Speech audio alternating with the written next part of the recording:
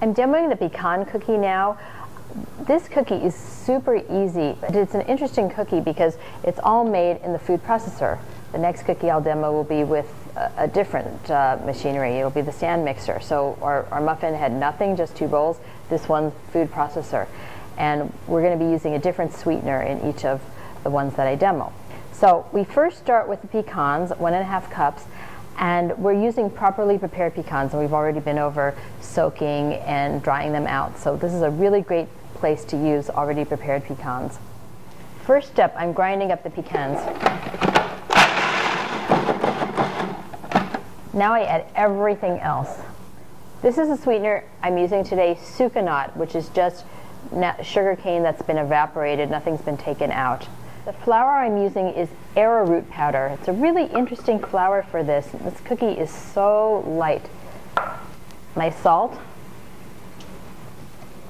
a teaspoon of vanilla, and 6 tablespoons of butter or coconut oil. I'm just going to pulse this all together.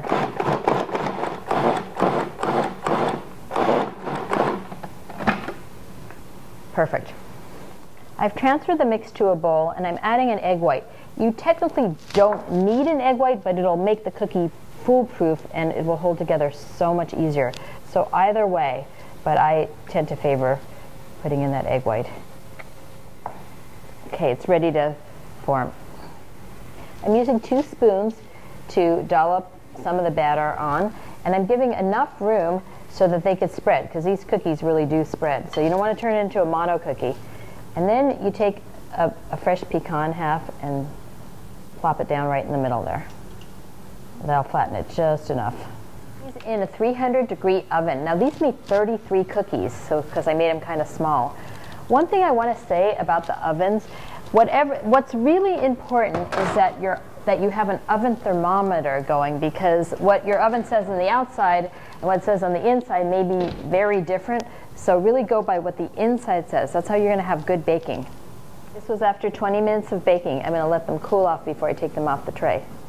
For this next cookie, I'm going to demo the cashew-coconut cookie. And you can use a handheld mixer or a stand mixer fitted with the paddle blade. That's usually the cookie blade. First step, I'm creaming together butter and maple powder. So notice today that we used maple syrup, then we used cashew-coconut. Maple powder, I'm going to hold up some maple powder so you can see. Maple powder is a fine grind evaporated maple syrup, and it's so good for cookies. Now, I recommend buying maple powder straight from the sugar manufacturer. It's a way to get it for a very economical price, and it's such a wonderful sugar to use in baking. See these nice tails that have formed? We're ready for the next step. Now I'm going to be adding in here my cup of cashew butter. 1 egg, teaspoon of vanilla. One time we're going to scrape down the side now, and I'm ready to stir in the dry ingredients.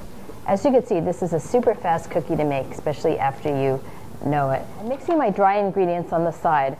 I'm using a cup of dried coconut, half a cup of coconut flour, and some baking soda, salt, and cardamom. Stirring those together. This is such a light cookie. Now I can go back to the stand mixer. Scrape it down once, and we're ready to bake.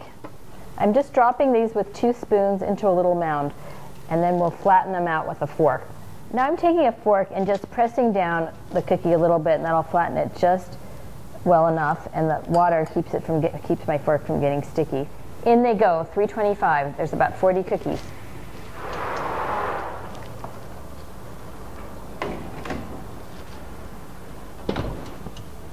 These baked about 12-13 minutes, just until they're light golden on the bottom, and you really got to let them cool for 15 minutes before you take them off the tray.